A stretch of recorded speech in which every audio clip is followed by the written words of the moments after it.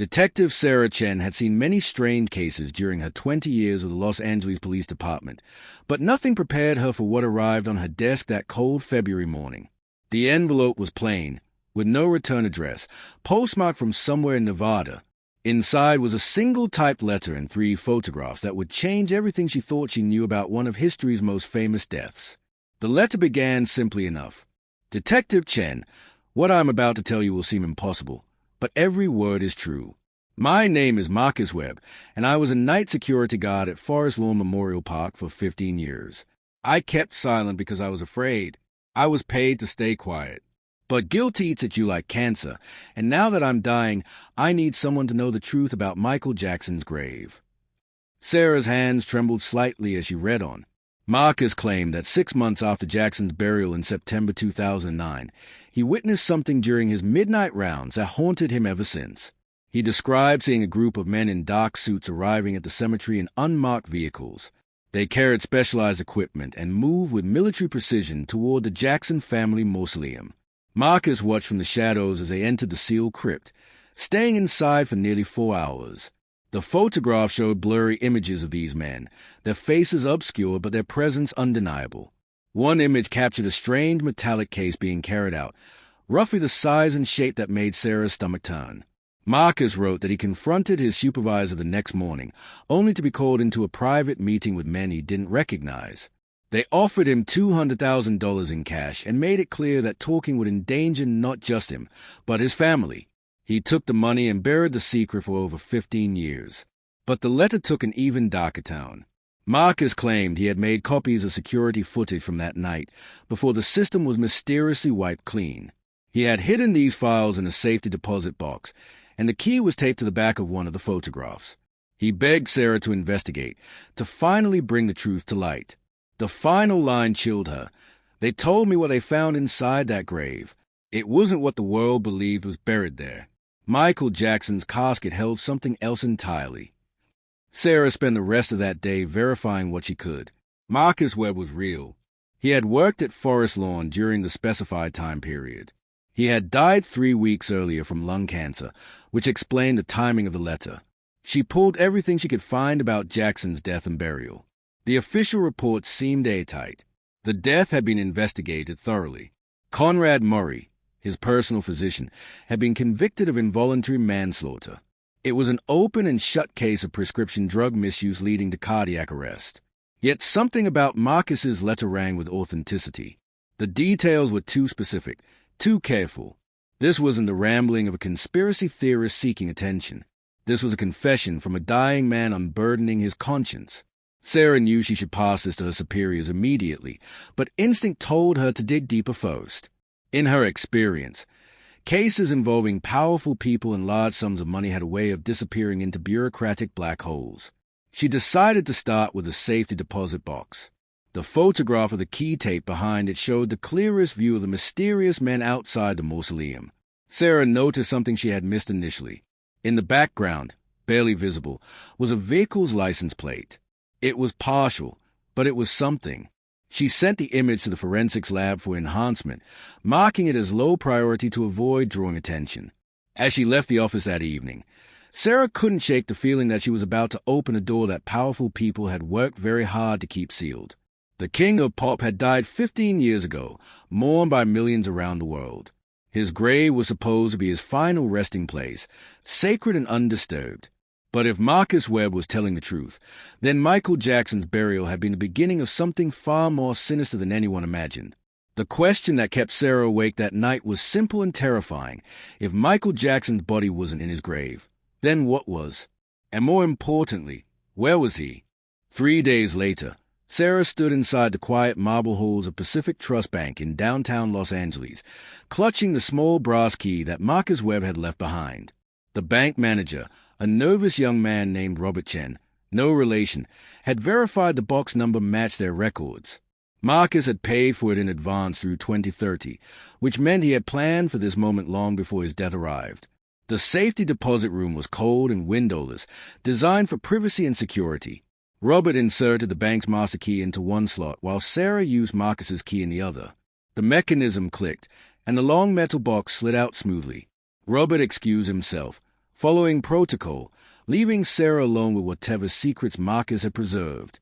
Inside the box were 3 items. The first was a USB drive, labeled simply September 15, 2009. The second was a leather journal, its pages yellowed and filled with Marcus's handwriting. The third item made Sarah's breath catch. It was a medical report, official letterhead from the Los Angeles County Coroner's Office, but the document looked different from anything she had seen in public records. The header read, Secondary Examination Report, Confidential. The date was October 2009, 3 months after Jackson's death. Sarah photographed everything with her phone before carefully examining each item. She started with the journal, finding entries that began shortly after Jackson's burial. Marcus's first entries were routine notes about his security shifts, nothing unusual. But then came the entry dated September 15th, exactly as marked on the USB drive. Marcus wrote with clear urgency that night. They arrived at 11:45 p.m. 5 men, maybe 6. I couldn't see faces. They had badges, federal-looking, but wouldn't identify which agency. My supervisor was with them. He saw me and pulled me aside, told me to take an extended break, walk the north grounds, don't come back for 2 hours. He had this look in his eyes, scared but trying to hide it. I've known him 8 years. I'd never seen him like that. But Marcus hadn't followed instructions. He had circled back, watching from a distance through night vision binoculars that security used for perimeter checks. He described the men using specialized drilling equipment to access the sealed mausoleum. They worked with practiced efficiency, someone clearly in charge coordinating movements with hand signals. Marcus noted they disabled security cameras in that section, but they didn't know about the backup system that fed to an off-site server, something only senior security staff knew about. The entry continued with Marcus describing what he saw when the men emerged. They carried out several seal cases, but one was clearly the focal point. It was larger than the others, and they handled it with extreme care. 2 men loaded it into a black van while others remained behind, resealing the mausoleum. The entire operation took 3 hours and 4 to 7 minutes. Marcus had timed it. The next journal entry was dated September 16th, describing the meeting with the mysterious men who paid him off. Marcus wrote the conversation verbatim as he remembered it. One man, clearly the leader, had been direct. You saw nothing last night, Marcus. You understand? What we remove from that grave is a matter of national security. Michael Jackson's death involves circumstances beyond public knowledge. There are people who would kill for this information. You have a daughter, Emma, age 12. You have a wife, Linda. They are safe as long as you stay quiet. The threat was clear but never explicitly stated. Marcus took the money. He wrote that he spent years wondering if he had been a coward or simply practical. He researched national security cases, trying to understand what could possibly justify such secrecy around a celebrity's death. He found nothing that made sense. Sarah turned her attention to the medical report. Reading it made her head spin. The document detailed a second, secret examination of tissue samples taken during Jackson's autopsy. The samples had been sent to a specialized laboratory, and the findings were extraordinary. The report indicated that tissue degradation patterns were inconsistent with normal decomposition. More disturbing, certain cellular markers suggested the body had been preserved using methods that weren't standard for American funeral practices. The final paragraph of the report was stamped classified and partially redacted, but what remained was explosive. The examining pathologist had requested clarification from superiors about whether to include these findings in official records. The recommendation was to maintain original narrative to preserve public confidence and prevent destabilizing speculation. Sarah sat back, her mind racing.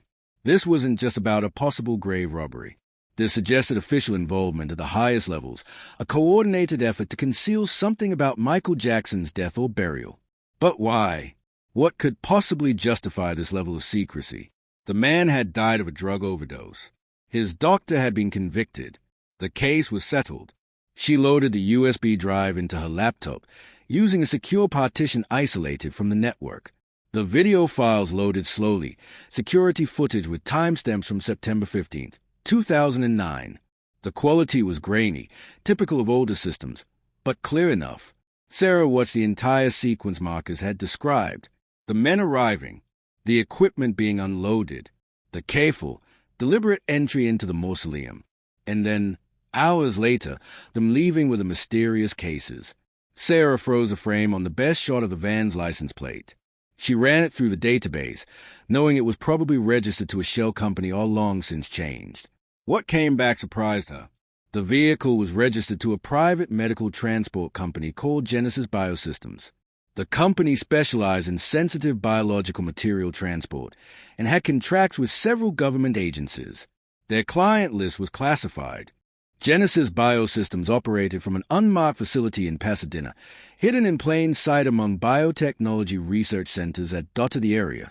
Sarah spent 2 days conducting surveillance before making her move. The building was modern, 5 stories of steel and tinted glass with security that seemed excessive for a simple transport company. Armed guards, biometric scanners, and camera coverage that left no blind spots. Whatever Genesis was protecting, they were serious about it. Sarah knew going through official channels would alert whoever had orchestrated the original cover-up. Instead, she reached out to someone she trusted implicitly, someone who owed her a significant favor. Daniel Park was a former FBI agent who had left the Bureau under complicated circumstances. He now worked as a private investigator, specializing in cases involving corporate espionage and government corruption. Sarah had helped clear his name 5 years earlier when false accusations threatened to destroy his career. They met at a coffee shop in Santa Monica, away from prying eyes. Sarah laid out everything she had discovered, watching Daniel's expression shift from skepticism to genuine concern as he reviewed the evidence. He studied the medical report carefully, his background in criminal investigations making him immediately grasp the implications. Daniel leaned back, processing what he had learned. "Sarah, do you understand what you're suggesting? This isn't just a cover-up about a celebrity's death. If this medical report is authentic, if there really was a secret examination that contradicted official findings, then someone with serious authority ordered it buried. We're talking federal level, maybe higher. People don't stay hidden for 15 years by accident. They have resources and reach." Sarah nodded grimly. She had considered the risks. Her career could end if she pursued this, and it turned out to be elaborate fiction. But everything in her gut told her Marcus Webb had been telling the truth. Dead men rarely lie, especially when confession is their final act. Daniel agreed to help investigate Genesis Biosystems. He had contacts in the corporate security world who could dig into the company's background without raising red flags. Meanwhile, Sarah decided to approach the case from another angle. She needed to talk to people who had been close to Michael Jackson in those final days, people who might know things that never made it into official reports.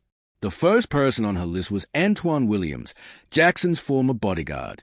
Antwan had worked for the singer during the final months of his life, responsible for personal security during the preparation for Jackson's comeback tour.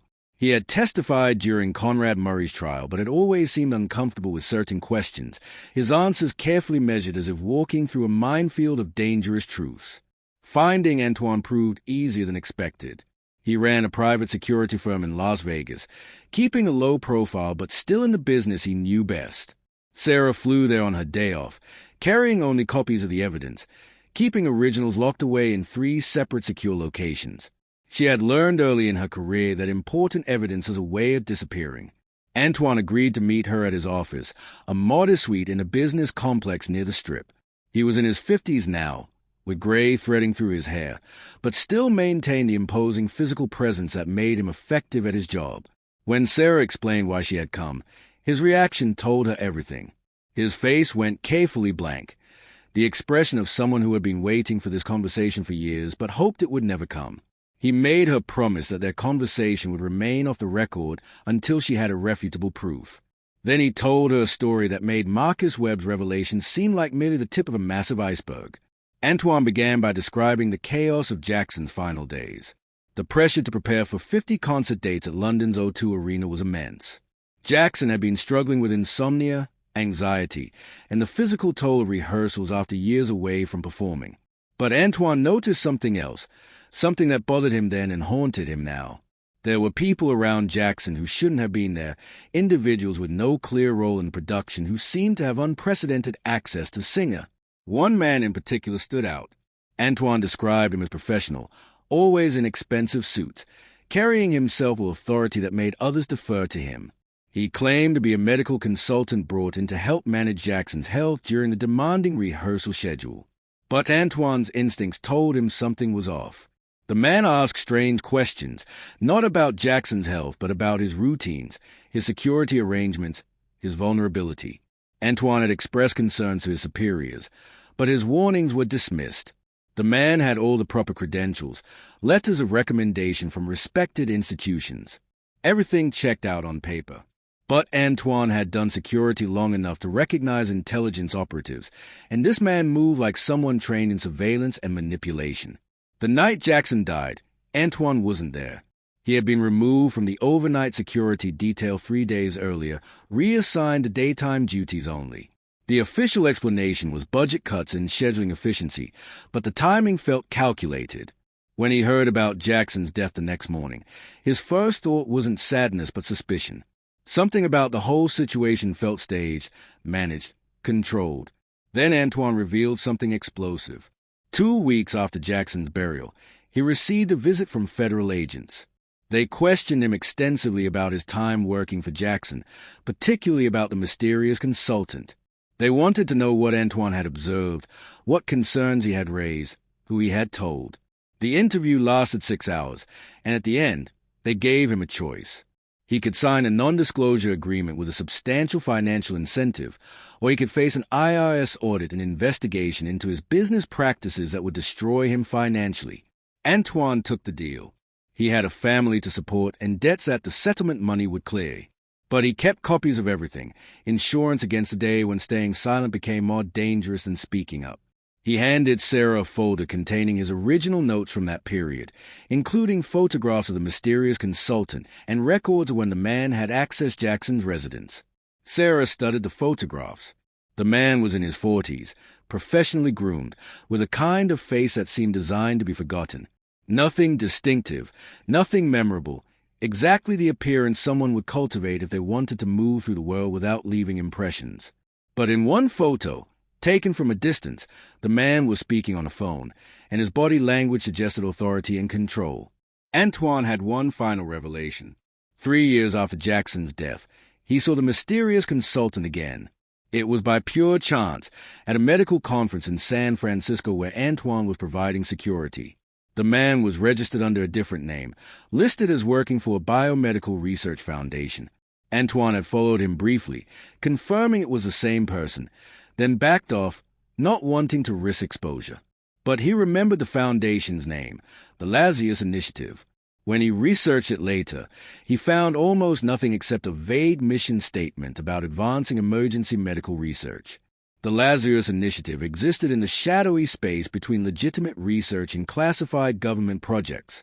Daniel Park's investigation revealed that the foundation had been established in 2007, just 2 years before Michael Jackson's death, with funding from a mixture of private donors and government grants channeled through intermediary organizations. Its stated mission was to develop advanced resuscitation techniques and extend the window of viable medical intervention after cardiac arrest. But the Foundation's real work was far more ambitious and controversial. Daniel's contacts in the intelligence community, speaking on condition of absolute anonymity, revealed that Lazarus was connected to experimental programs exploring the boundaries of life and death itself. The Foundation employed some of the world's leading experts in cryogenics, cellular preservation, and suspended animation. Their research pushed ethical boundaries that mainstream medicine wouldn't approach. Sarah and Daniel met again, this time in his office, surrounded by whiteboards covered with connections and timelines. The puzzle pieces were coming together, forming a picture that seemed impossible yet explained everything. Daniel had discovered financial links between Genesis Biosystems and the Lazarus Initiative. The two organizations shared board members and funding sources. More significantly, Genesis had been contracted by Lazarus for multiple specialized transport operations throughout 2009 and 2010, with details sealed under medical privacy regulations. The mysterious consultant Antoine had identified appeared in documents related to both organizations.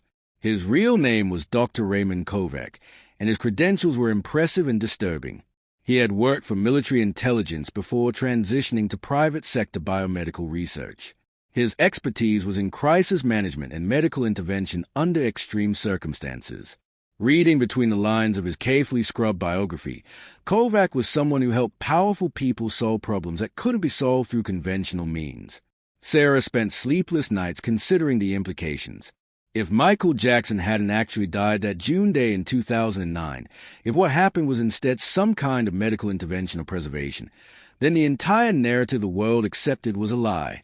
But why? What possible reason would justify such an elaborate deception? Daniel offered a theory that, while shocking, made terrible sense. Think about Jackson's situation in 2009. He was drowning in debt, facing a grueling tour schedule he might not be able to complete, dealing with decades of health issues and prescription drug dependency. His legacy was being overshadowed by controversy and legal battles. What if someone offered him a way out? What if Lazarus presented an option that seemed impossible but promised salvation? The theory was that Jackson had been offered a chance to essentially reset his life through an experimental medical procedure. The Foundation specialized in suspended animation and cellular preservation. If they could stage his death convincingly, they could remove him from an impossible situation while simultaneously preserving his physical condition for potential revival. His death would end the legal threats, solve the financial crisis through insurance and estate sales, and preserve his legacy at a moment before further decline. Years later, with proper preparation, he could potentially be revived in an era with more advanced medical technology. It sounded like science fiction, but the evidence pointed toward exactly this kind of operation. The secret medical examination, the unusual tissue preservation, the late-night removal of materials from his grave, the involvement of organizations specializing in experimental preservation techniques. Everything fit. But Sarah had considered another, darker possibility. What if the procedure wasn't voluntary? What if Jackson had been the subject of an experiment without his full knowledge or consent? The medical report mentioned cellular markers suggesting non-standard preservation methods. What if Lazarus had used Jackson's death as an opportunity to test their technology on a human subject, disguising their research as a normal burial? Sarah decided she needed to confront this directly. She couldn't raid the Lazarus Initiative facilities or demand access to classified research. But she could find people who worked there, particularly those who might have ethical concerns about what they had witnessed. Daniel helped her identify former employees who had left the Foundation under mysterious circumstances, people who might be willing to talk. They found Dr. Elena Rodriguez, a cellular biologist who had worked for Lazarus from 2008 to 2012. She had left the Foundation abruptly and immediately signed on with a university research position, taking a significant pay cut. That suggested someone running from something rather than advancing their career. Sarah and Daniel flew to Seattle, where Elena now lived, and convinced her to meet them by explaining they had evidence of illegal activities at Lazarus. Elena met them at a park, insisting on staying in public where she felt safer. Her first words were direct. "I've been waiting for someone to ask the right questions for 13 years.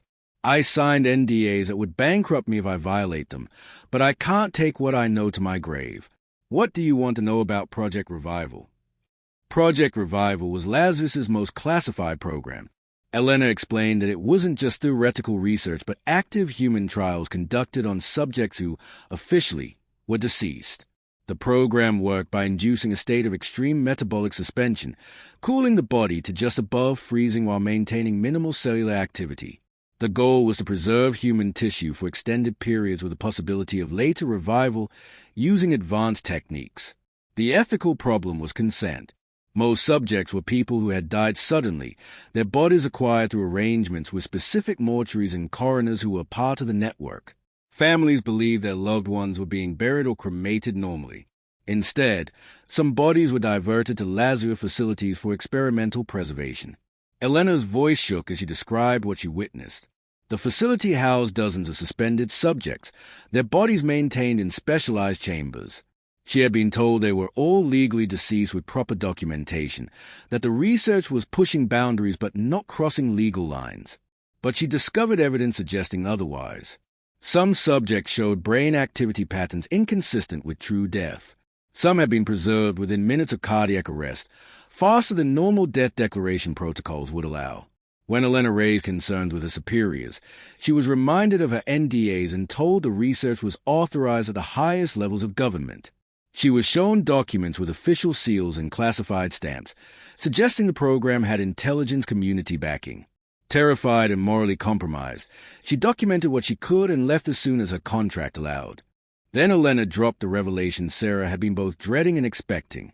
There was one subject everyone was focused on, someone they called Patient Zero for the revival protocol. They never used his real name around me, but security was intense, and resources devoted to his preservation were extraordinary. I saw his chamber once, before I was told that section was off-limits. The subject appeared to be African-American, male, slight build. The preservation date on his chamber records was June 25, 2009. Sarah knew she had reached the point where investigation had to become action. She had evidence, testimony, and connections that painted a picture of one of the most elaborate deceptions in modern history. But evidence meant nothing without the courage to bring it into the light, and she knew that doing so would paint a target on everyone involved. The forces that had maintained this secret for 16 years wouldn't surrender it without a fight. She made copies of everything, distributing them to trusted sources with instructions to release the information if anything happened to her. Daniel did the same. Elena Rodriguez secured her documentation in multiple locations. They built a dead man switch into their investigation, ensuring that the truth would survive even if they didn't. The next step was the hardest. Sarah needed to access the Lazarus facility directly to see with her own eyes what Elena had described. She knew it was dangerous and probably illegal, but testimony and documents could be dismissed as fabrication or misunderstanding. Physical proof was irrefutable. Daniel had connections with a former security contractor who had worked at the Pasadena facility and still had knowledge of their systems. For a substantial fee and the promise of immunity from prosecution, he agreed to help them gain access. The operation took weeks of planning. They would enter during a shift change, using clone credentials and exploiting a brief window in the security rotation. Sarah and Daniel would have approximately 40 minutes inside before the intrusion would be detected. They wore concealed cameras, determined to document everything they found. The night they chose was overcast, darkness providing cover as they approached the facility. Sarah's heart pounded so hard she thought it might be audible. They moved through the entrance using the clone badges, holding their breath as the scanner processed the credentials. Green light. They were in. The facility's interior was clinical and cold, hallways lined with sealed doors requiring additional clearances. Following the layout their contact had provided, they navigated toward the lower levels where the preservation chambers were maintained. They encountered one guard who barely glanced at them, accepting their forged identification without question. The Foundation security was designed to keep people out, not to monitor those who had already gained access. They reached the preservation chamber wing, and Sarah felt her breath catch. Through reinforced glass windows, she could see into a vast room filled with cylindrical chambers, each one maintaining a human subject in suspended preservation. The technology was extraordinary, far beyond anything she had imagined. Computer systems monitored each chamber, displaying vital readings that were minimal but present. These weren't corpses in cold storage. These were people held in the space between life and death. Daniel found Control Terminal and began accessing records, downloading everything he could while Sarah documented the chambers with her camera. The scale of the operation was staggering. There were 4 to 7 active subjects, each one with detailed medical files and preservation protocols. The dates ranged from 2008 to just months earlier. This wasn't a concluded experiment, but an ongoing program. Then Sarah found the chamber Elena had mentioned. It was isolated from the others, in a separate section with additional security measures. The label read Patient Zero, Revival Protocol Alpha. She approached carefully, knowing what she would find but needing to see it anyway. The chamber's monitoring screen displayed detailed readings, and through the frost-covered viewing panel, she could make out a face.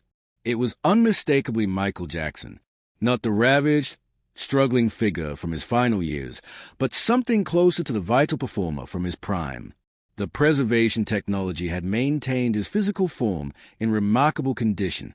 The monitoring equipment showed minimal but present brain activity, cellular metabolism at barely detectable levels, a body held in perfect stasis. Sarah's hands trembled as she documented everything. This was the proof that changed everything. Michael Jackson hadn't died on June 25, 2009. He had been preserved, placed in a state of suspended animation, and maintained in this facility for 16 years. Whether it was his choice or something done to him remained unclear, but the fact itself was undeniable. Daniel finished downloading the facility's core database and they prepared to leave. But as they turned to exit, alarms began blaring. Their time was up. Red lights flashed and automated systems locked down the facility. Sarah and Daniel ran, knowing they had minutes before security forces arrived. They retraced their path through the corridors, using the confusion of the alarm to their advantage. They burst through an emergency exit into the night air, sprinting toward their vehicle. Behind them, armed security poured from the building, but Sarah and Daniel had planned their escape route carefully. They reached their car and accelerated away, hearts racing, knowing they had evidence that would shake the world's understanding of reality itself. 3 days later, Sarah released everything. She didn't trust mainstream media organizations that might be pressured to suppress the story. Instead, she went to independent journalists, gave copies to international news agencies beyond American jurisdiction, and posted the evidence online where it could spread virally before it could be contained. The response was immediate and explosive. The world watched as surveillance footage from inside the Lazarus facility showed Michael Jackson's preserved form, medical records confirmed his suspension, and testimony from multiple sources corroborated the impossible truth. The Jackson family initially denied everything, then went silent as legal representation took over. The Lazarus Initiative facilities were raided by federal authorities, though reports suggested most evidence had been removed before investigators arrived. Dr. Raymond Kovac disappeared, along with several key Foundation personnel. The government issued careful statements acknowledging an investigation into biomedical research improprieties while refusing to confirm specific details. But the evidence was out there, impossible to fully suppress, forcing acknowledgement of what had been hidden. The revelation triggered massive debates about medical ethics, the definition of death, consent, and the boundaries of science. Michael Jackson's suspended body became the center of legal battles between the family, the Foundation, medical authorities, and government agencies. Some called for his immediate revival using whatever technology was available. Others argued that 16 years in suspension meant the person who was Michael Jackson no longer existed in any meaningful sense. Sarah Chen found herself simultaneously hailed as a truth seeker and condemned as someone who had violated sacred privacy. She accepted both the praise and criticism, knowing she had done what needed to be done. Marcus Webb's dying confession had started a chain of events that exposed one of history's most elaborate secrets. The final question remained unanswered and perhaps unanswerable. If the technology existed to revive Michael Jackson, should it be used? Was the person in that chamber still him, or merely a preserved shell of who he had been? And what did this mean for humanity's understanding of death itself? The answers would shape the future in ways no one could predict, but at least now the world knew the truth. Michael Jackson's grave had been empty because he had never truly died. He had been caught in the space between, waiting in silence while the world mourned someone who might still return.